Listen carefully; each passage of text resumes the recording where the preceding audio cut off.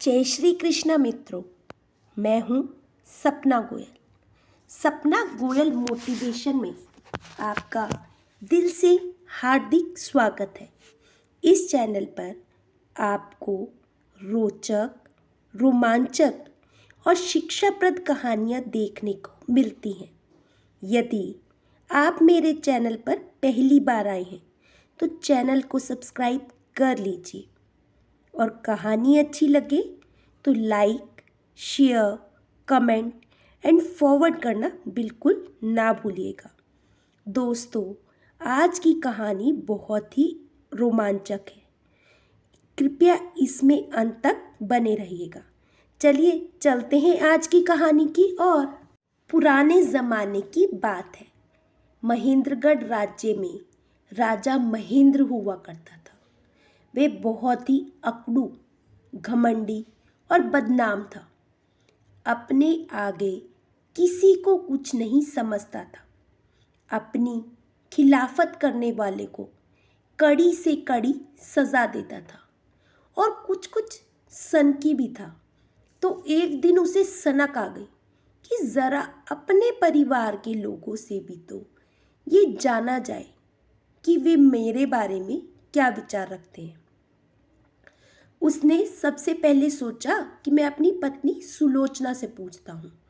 वह अपनी पत्नी सुलोचना के पास गया और पूछा, प्रिय सुलोचना, हम वर्षों से साथ में रहते आ रहे हैं।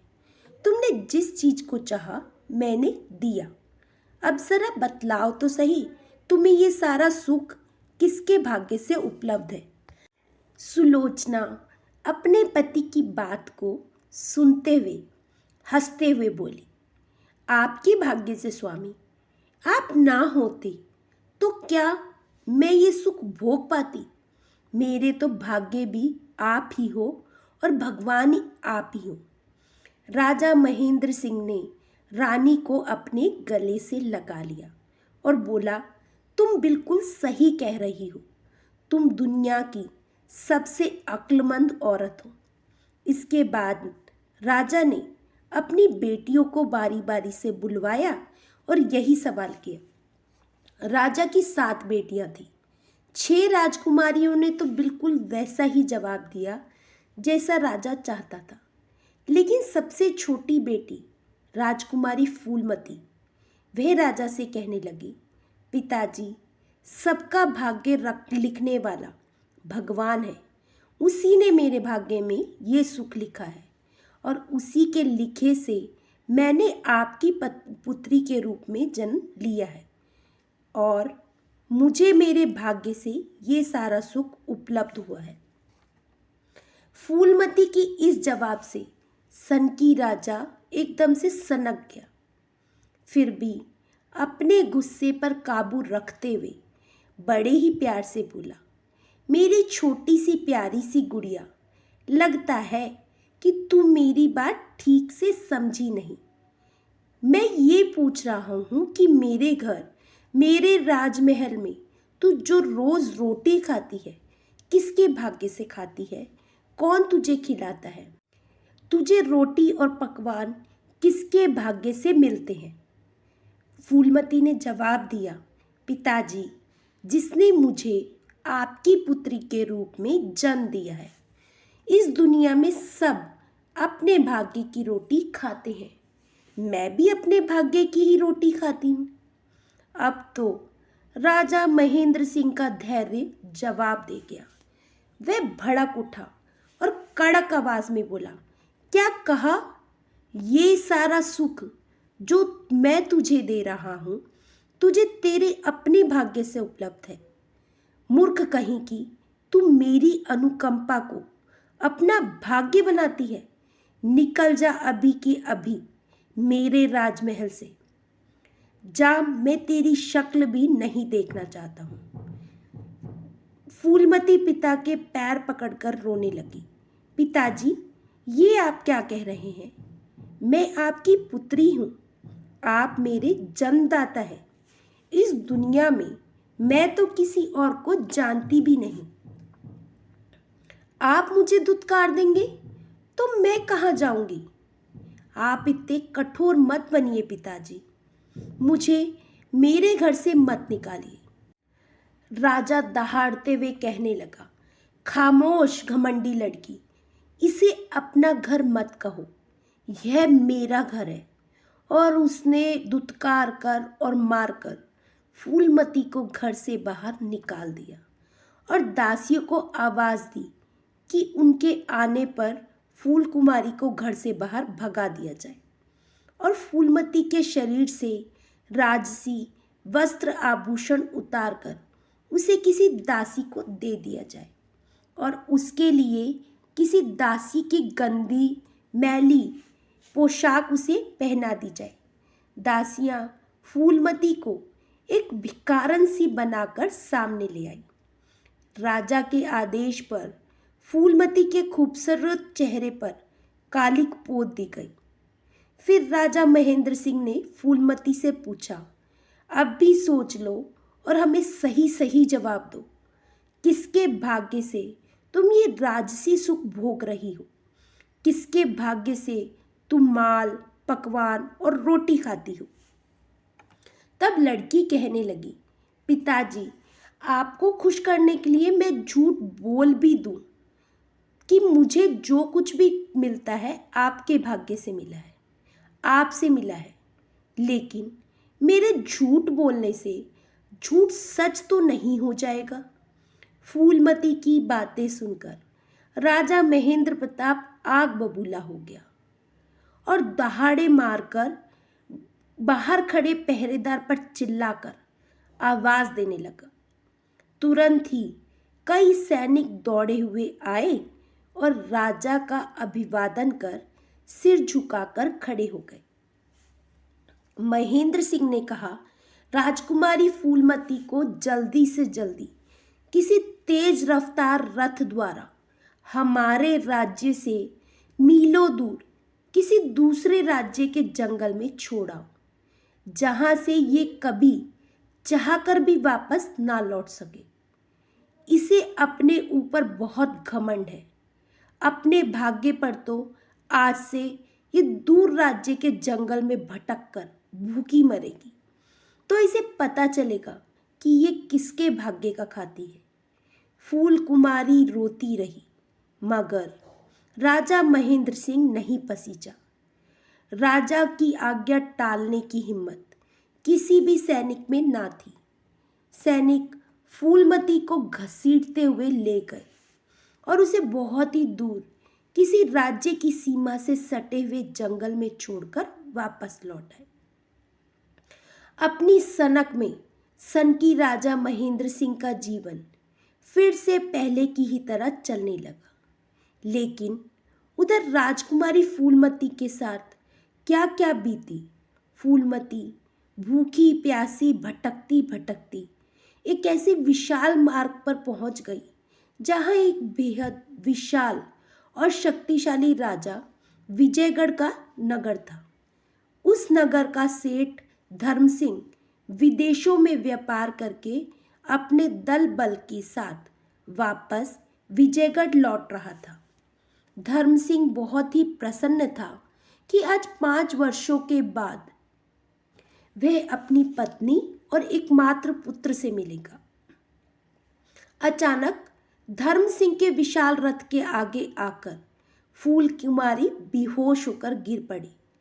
धर्म सिंह के सेवक उसे उठाकर धर्म सिंह के पास लाए तो उसके गंदे चेहरे के बावजूद उसकी नाक नक्श को देखकर वह उछल पड़ा और बोला, यह तो बिल्कुल मेरी पुत्री जैसी, बिल्कुल फूल कुमारी जैसी लग रही है, लेकिन यह यहाँ क्यों भटक रही है और ऐसे भिखारी के लिबास में कैसे है? धर्म सिंह फूल कुमारी को अपने साथ लेकर विजयगढ़ में अपनी शानदार कोठी में पहुंचा तो उसकी पत्नी सावित्री उसके साथ एक युवा भिखारन को देखकर चौंक पड़ी और बोली, आप किस भिखारन को ले आए हैं? भिखारन, मुझे तो ये अपनी बेटी फूल कुमारी जैसी लग रही है।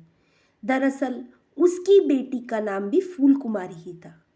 उसे देखे हुए उसे 5 वर्ष हो गए थे। लेकिन वही नाक नक्श बिल्कुल वैसी ही लग रही थी वे। ये कन्या धर्म सिंह बोला, मगर हमारी बेटी फूलकुमारी तो आज 5 वर्ष पहले आपके व्यापार के लिए विजयगढ़ के लिए प्रस्थान करने के बाद 5 दिनों के बाद एक जहरीले सांप के काटने से मर गई थी। सावित्री ने कहा, अपनी पुत्री की अकाल मृत्यु के समाचार से मैंने आपको वंचित रखा, क्योंकि आप तक खबर पहुंचती तो आप अपना कारोबार भी संभाल नहीं पाते और आपकी देखरेख कौन करता। उसकी मृत्यु का समाचार सुनकर सेठ धर्म सिंह दुखी तो बहुत हुआ, लेकिन यह भी जबरदस्त संयोग और विधि का चमत्कार ही था कि उसकी पुत्री का नाम भी फूल कुमारी था। उसकी शक्ल भी सेठ की बेटी फूलमती से मिलती थी। सेठ धर्म सिंह की दासियां राजकुमारी फूल कुमारी को जैसे तैसे होश में लाई और वह सेठ व सेठानी के कहने पर उसे नहला धुलाकर अच्छे से वस्त्र पहनाकर उनके सामने लाई। जैसे ही फूल कुमारी उनके सामने आई तो दोनों हक्के बक्के हो गए और बोले, तुम कौन हो बेटी? तुम तो बिल्कुल हमारी बेटी फूल कुमारी जैसी ही लग रही हो। तब फूल कुमारी ने अपनी सारी आप बीती बतला दी तो सेठानी सावित्री सेठ धर्म सिंह से कहने लगी, सुनो जी, इसका नाम भी फूलमती है और बिल्कुल हमारी स्वर्गवासी पुत्री जैसी ही लग रही है। क्यों ना इसे हम अपनी बेटी बना लें? तब सेठ धर्म सिंह बोला, मैं भी यही सोच रहा हूँ भाग्यवान। और उसके बाद फूल कुमारी सेठ धर्म सिंह के घर उनकी बेटी बनकर रहने लगी। कई वर्ष व्यतीत हो गए। अब फूलमती से फूल कुमारी बनकर बड़ी होकर बड़ी ही खूबसूरत युवती बन गई थी। उन्हीं दिनों विजयगढ़ के वृद्ध राजा विजय सिंह बीमार हो गए और फिर उनका निधन हो गया और राजा का सिंहासन उनके पुत्र युवा और कुंवारे बेटे विराट विक्रम सिंह ने संभाल लिया। विराट विक्रम सिंह बहुत ही महत्वाकांक्षी युवक थे। उसने अपने राज्य के विस्तार के लिए आसपास के सभी राज्यों को आक्रमण करके जीत लिया और उन राज्यों के राजाओं और उनके परिवारों को कारागार में डाल दिया।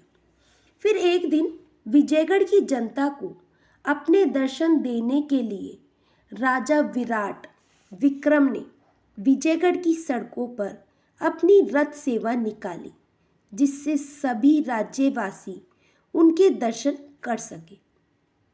जब विराट विक्रम की सवारी सेठ धर्म सिंह की कोठी के सामने से निकली तो उस समय फूलमती घर की छत से सड़क पर झांकते हुए अपने लंबे और खूबसूरत बालों को संवार रही थी। अचानक ही विराट विक्रम सिंह की दृष्टि उसके ऊपर उठी तो उसने फूल कुमारी को देखा और देखकर उसके अनुपम सौंदर्य पर मुग्ध हो गया। उसने अपने महामंत्री को फूल कुमारी से विवाह के लिए सेठ धर्म सिंह के यहाँ पर भेजा। सेठ धर्म सिंह और सावित्री के लिए इससे बड़ी खुशी क्या हो सकती थी कि स्वयं राजा विराट उनकी बेटी से विवाह करना चाहते थे। शुभ मुहूर्त में बड़ी ही धूमधाम से फूल कुमारी का विवाह राजा विराट से हो गया और 1 वर्ष के बाद फूल कुमारी एक बहुत ही सुंदर गुड्डे जैसे बेटे की माँ भी बन गई। तब विराट विक्रम ने फूल कुमारी से कहा, रानी जी, हम चाहते हैं कि सभी दास दासियों और कारागार में बंद कैदियों को राजकुमार के जन्म की मिठाई खुद अपने हाथों से बांटें और पुत्र के सुखद भविष्य के लिए सबका आशीर्वाद प्राप्त करें। जब फूल कुमारी मिठाई बांटने के लिए कारागार में पहुंची तो वहां अपने माता पिता और बहनों को देखकर हतप्रभ रह गई। राजा महेंद्र सिंह, रानी सुलोचना और फूल कुमारी की 6 बहनों ने उसे नहीं पहचाना, लेकिन वह सबको पहचान गई। किंतु उसने अपने परिवार के सामने ये नहीं कहा कि वे वही फूल कुमारी है जिसे पिता ने दुत्कार कर घर से बाहर निकाल दिया था। फिर उसने अपने पति विराट विक्रम के निकट पहुंचकर उनसे कहा, सुनो जी, मैं चाहती हूँ कि पुत्र जन्म की खुशी में आप सभी कैदियों को कारागार से आज़ाद कर दें। तब राजा विराट ने कहा, प्रिय रानी, आपकी इच्छा हमारे लिए आज्ञा है। तब रानी बोली, मैं एक बात और कहना चाहती हूँ। तब राजा ने कहा, निसंकोच होकर कहो, क्या कहना चाहती हैं आप? तब रानी बोली, आपके कारागार में कैद महेंद्रगढ़ के राजा महेंद्र सिंह और उनकी रानी सुलोचना मेरे वास्तविक माता पिता हैं। आप उन्हें व मेरी बहनों को आज़ाद करने के साथ साथ मेरे पिता को उनका राज्य लौटा दें। फूल कुमारी ने कहा और बताया कि किस तरह से उनके पिता ने उसे अपने घर से बाहर निकाल दिया था और फिर भाग्य ने उसे माता पिता के तौर पर धर्म सिंह और सावित्री देवी को दिए थे और सेठ और सिठानी ने उसे अपनी सगी बेटी की तरह पाल पोस कर बड़ा किया। सब कुछ जानकर विराट विक्रम सिंह ने कहा, आपका दिल बहुत बड़ा है महारानी जी। राजा महेंद्र सिंह ने आपके साथ जो किया उस पर हमें उसके लिए दया करना उचित तो नहीं लगता, लेकिन हम आपकी इच्छा का सम्मान करते हुए सभी कैदियों के साथ उन्हें भी आज़ाद कर देते हैं और उनका जीता हुआ राज्य भी उन्हें लौटा देते हैं। राजा विराट विक्रम फूल कुमारी से इतना ज़्यादा प्रेम करने लगा था कि वे अपनी पत्नी का अनुरोध ठुकरा नहीं सका और महेंद्र सिंह व उनके परिवार को आज़ाद करके महेंद्रगढ़ का राज्य भी उन्हें लौटा दिया। अपने परिवार को वापस महेंद्रगढ़ जाने के लिए विदा करते हुए फूल कुमारी ने अपने पिता से मुस्कुराते हुए कहा, पिताजी, आपने मुझे नहीं पहचाना, लेकिन मैं आपको पहचानती हूँ। मैं आपकी ठुकराई हुई बेटी फूल कुमारी हूँ और देखिए, मेरे भाग्य ने आज भी मुझे सारे सुख प्रदान कर रखे हैं। आप भी बेशक मेरी वजह से फिर से अपना पुराना सुख भोगने जा रहे हैं, परंतु जरा बतलाइए तो इसके पीछे किसका भाग्य है? मेरा भाग्य नहीं, नहीं तेरा भाग्य, महेंद्र सिंह हड़बड़ा कर बोला। फूल कुमारी हंसी और फिर बोली, पिताजी, हर व्यक्ति का भाग्य अलग अलग लिखा होता है, सबके भाग्य का बंटवारा वही करता है। आपने मेरे पति की कैद में अब तक जो कुछ भोगा वह आपका भाग्य था और जो आपने मुझे अपने महल से दुत्कार कर निकाल दिया था वह मेरा भाग्य था। इस संसार में कोई किसी के भाग्य की रोटी नहीं खाता, सब अपने अपने भाग्य की रोटी खाते हैं। रानी सुलोचना और फूल कुमारी की सभी बहनें वर्षों के बाद फूल कुमारी को अपने सामने पाकर उससे लिपटकर खुशी के आंसू बहाने लगी। महेंद्र सिंह भी सिर झुकाए आंसू बहा रहे थे, किंतु अपनी सबसे छोटी बेटी के प्रति किए गए अपराध की शर्मिंदगी उनके चेहरे पर साफ झलक रही थी। इस दुनिया में हर कोई अपने भाग्य की रोटी खाता है और भाग्य प्रबल हो तो एक भिखारी भी रानी बन सकती है और भाग्य यदि ठोकर मारे तो एक राजा भी गुलाम या कैदी बन सकता है। आशा करती हूँ दोस्तों, आपको ये कहानी अच्छी लगी होगी। कहानी अच्छी लगी हो तो चैनल को सब्सक्राइब कर लीजिएगा और शेयर, कमेंट एंड फॉरवर्ड करना बिल्कुल ना भूलिएगा। फिर मिलेंगे दोस्तों एक नई कहानी और एक नए विचार के साथ। तब तक हंसते रहिए, मुस्कुराते रहिए, स्वास्थ्य का ध्यान रखिएगा। जय श्री कृष्ण।